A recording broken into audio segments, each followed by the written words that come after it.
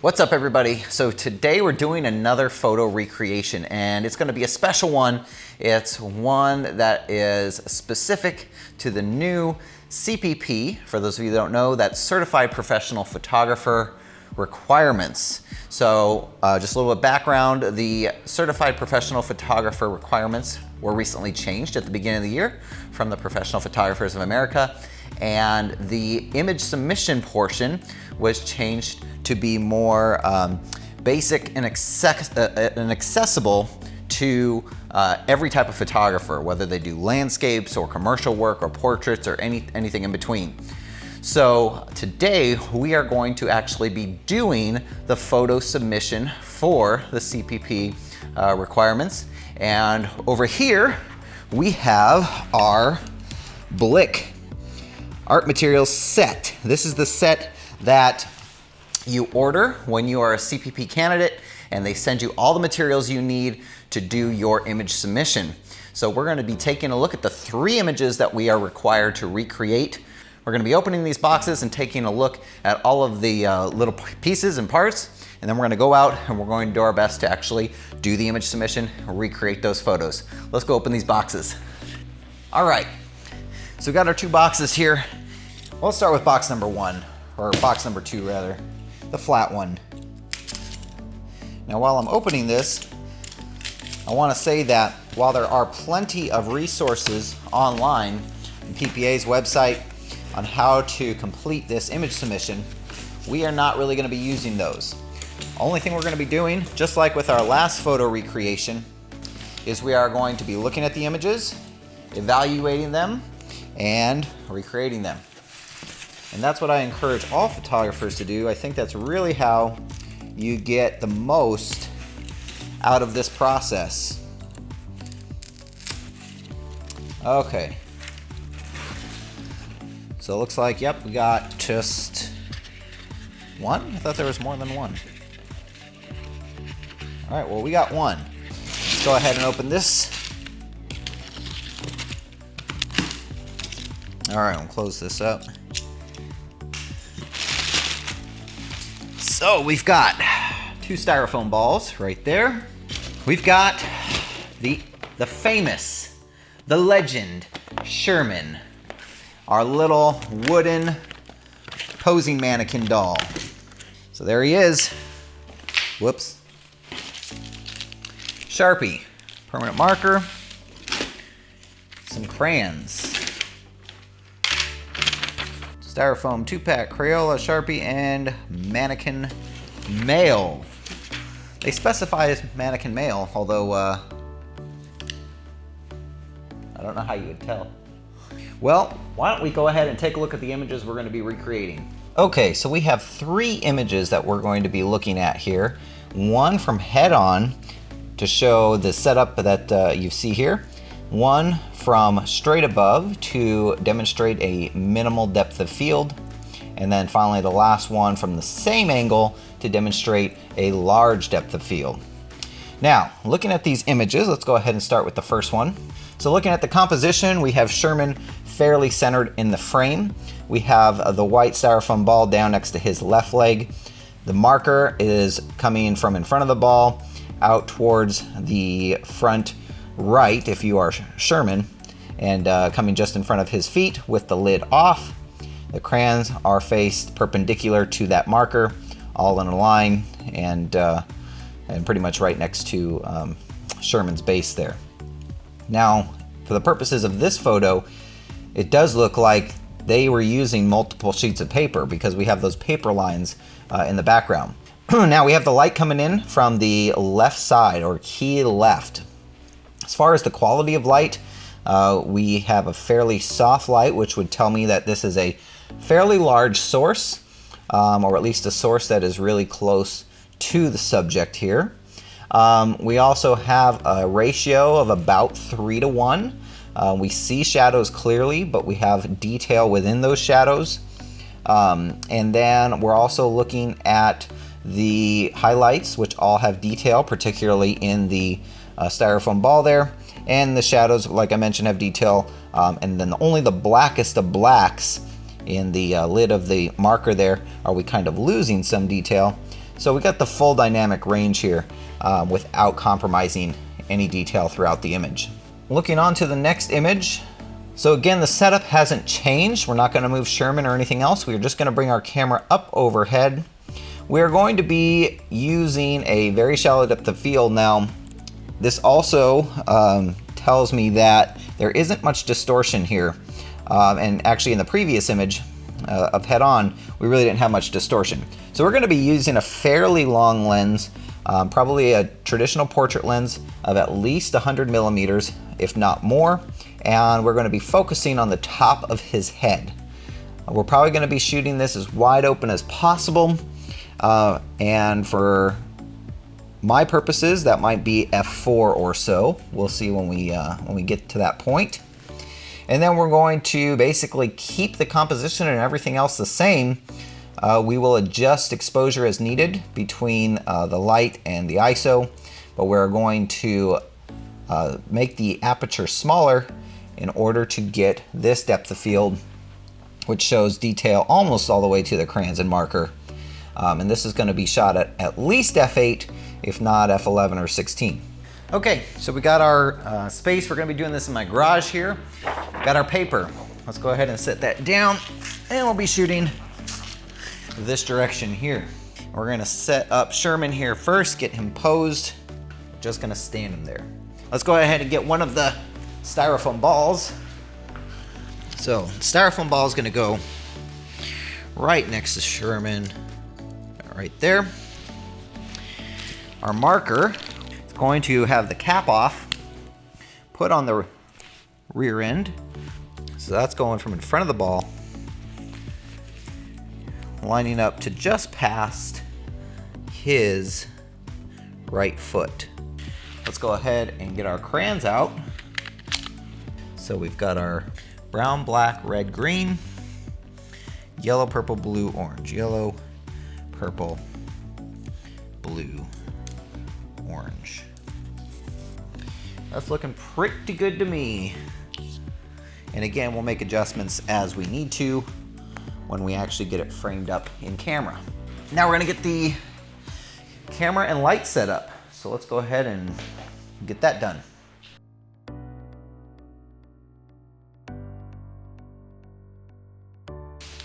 I'm going to use the diffusion panel for this to give us a diffused light, which should be noted is different than soft light. There is hard and soft light, which is dependent and affected by the size of by the relative size of the light source. And then there is specular and diffused light, and that is what is affected by the type of diffusion panel you use and how much the light essentially is, the light particles are spread out, or how specular they are.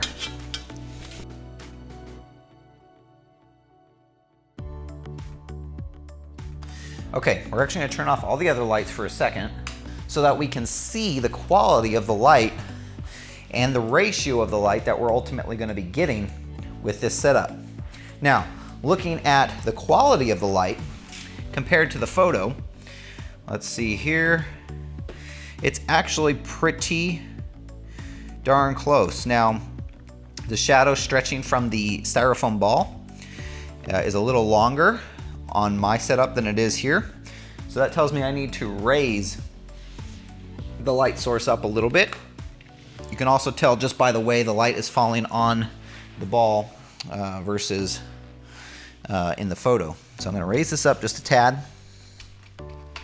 have the source come in a little bit higher. And we'll go ahead and just angle it towards it as well. So that's closer to what we're seeing in the photo.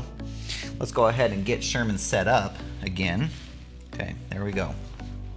Okay, so the quality of the shadows are looking pretty good. Now, how do we know before we take a picture what the ratio might be? Well, we have to meter. And we're gonna see what the reading is on the highlight side of Sherman, what the reading is on the shadow side of Sherman. So I have my power on my light set to something, doesn't matter what. You choose something to start with, and that's gonna be our base point. And then we will meter and see where that puts us. For this first image that we're gonna be taking, everything should be in focus. So I'm probably gonna be starting with an aperture of at least 5.6, maybe f8. But let's see where this first reading puts us. Let's go ahead and meter that. That puts us at 5.62, which is great, just above 5.6. I think that'll work out just fine. Let's go ahead and see what it is on the shadow side.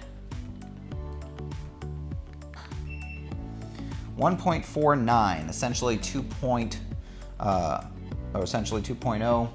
That would essentially, if we have our 5.6 on the highlight side to the 2.0 on this side, is going to give us a 3-stop difference.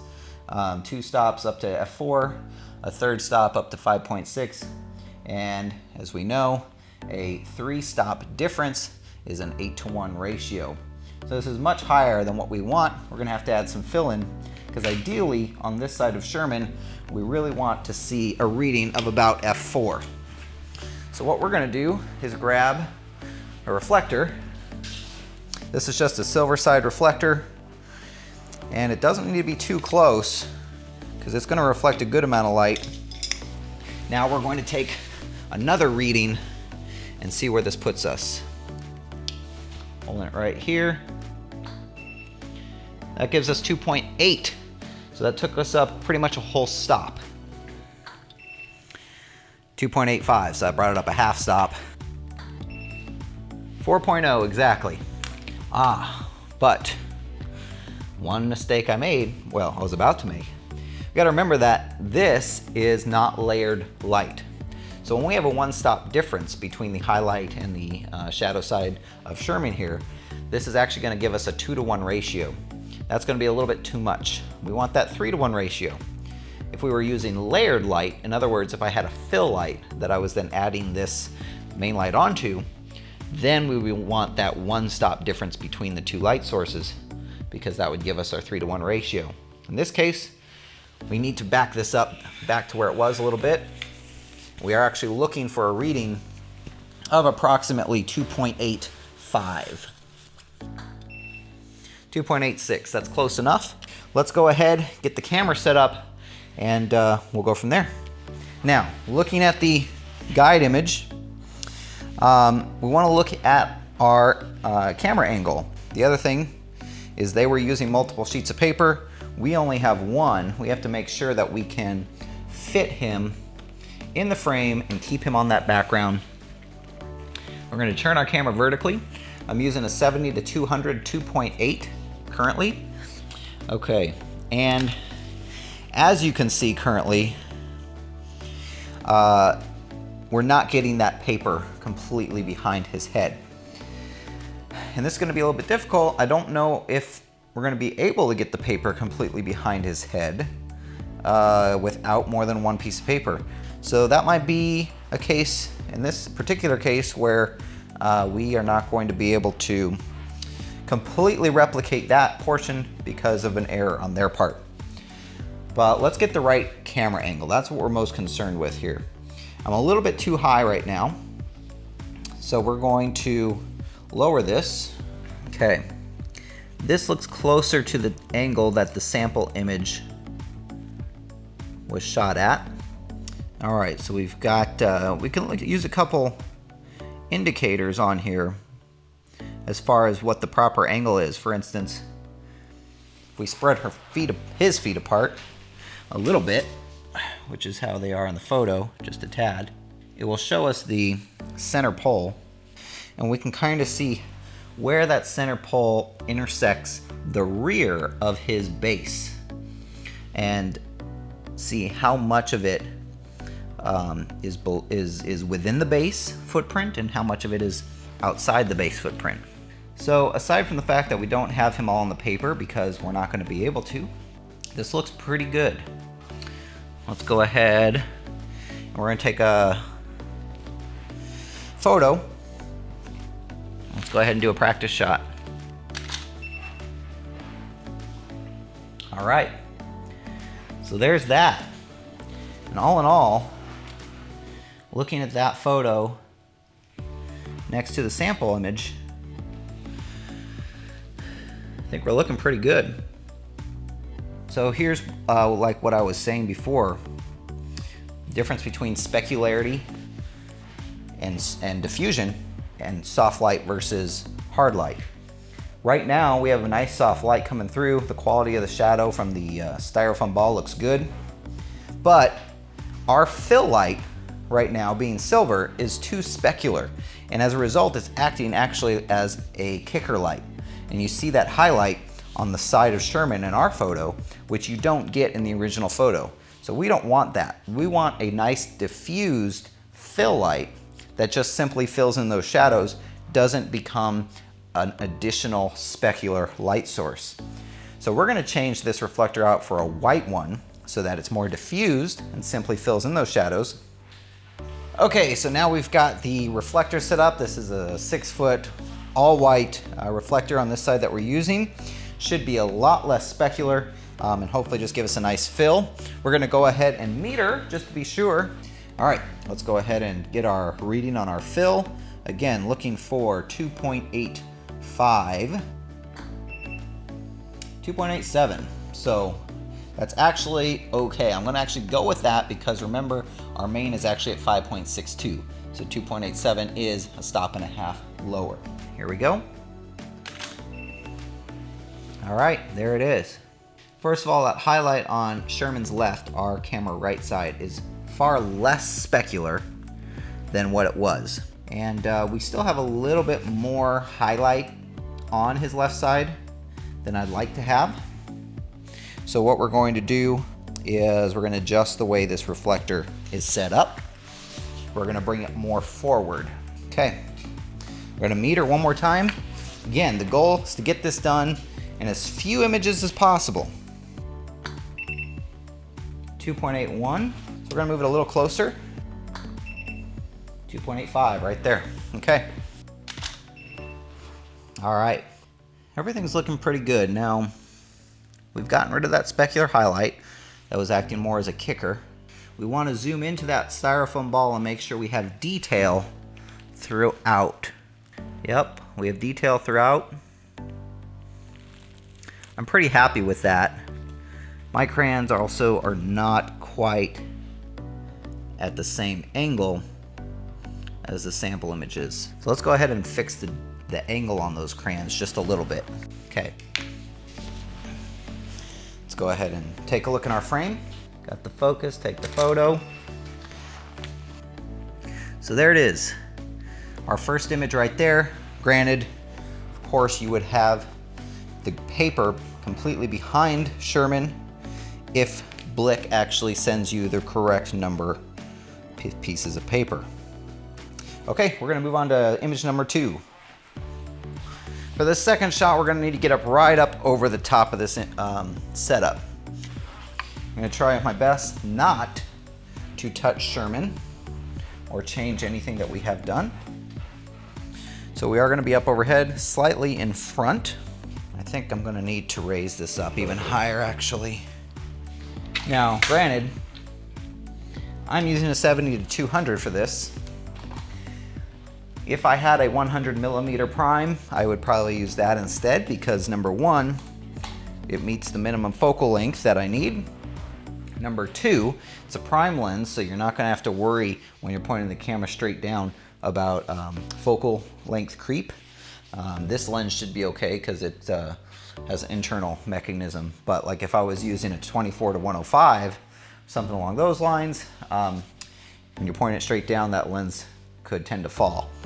So that's another reason why I'd be using the 100mm prime. And then lastly, that 100mm prime, at least the Canon version, usually is a macro lens, which means it has a much closer focusing distance, and I would not necessarily need to get so high. So he's centered in the frame for this reference image, and about equal distance, pretty much fills the frame on either side of the styrofoam ball and the crayons. Now we want to try to match the amount of depth of field as closely as possible to the sample image. And I mean, it's pretty shallow. So I think 2.8 will be a good aperture for this. There we go. Looking at our sample image, it's looking pretty good. Now we're gonna change up to, we're gonna go all the way up to f11. So f11, that's 3 stops. We're gonna change our light power by 3 stops because, well, no, we're gonna change our ISO by 3 stops. So go to 200, 400, all the way up to 800 and do that same photo. Here we go. And this is our 3rd shot. Now, does that give us enough depth of field? I don't think so. So we're gonna do this. We're going to go ahead and go all the way up to F22, 2 more stops. Okay, here we go, F22. There we go. And comparing that to the sample image, it's looking pretty good. I would say we probably even have a little bit more depth of field than they do in this one. I think that we are going to actually go from F22 down to F16. Okay, get that focus right there, and there we have it.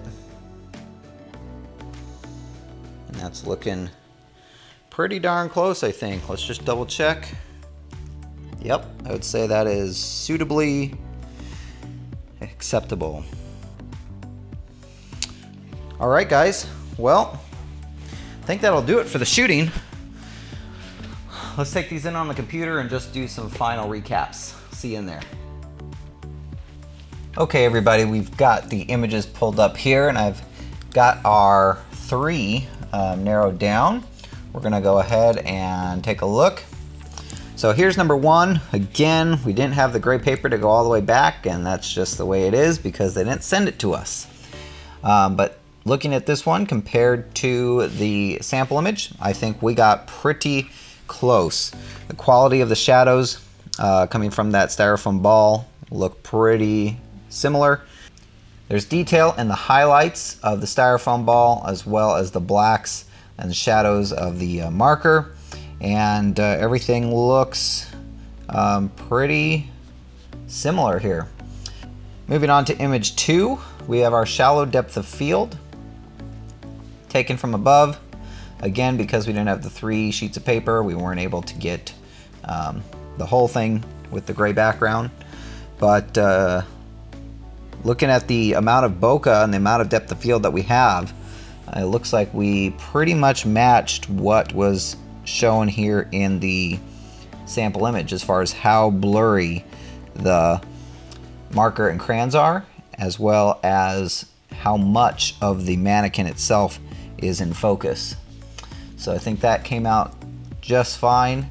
And finally, our long depth of field image, our 3rd one, which as we saw, we could have made even sharper, but we're trying to match what was given to us, and that's what we did here.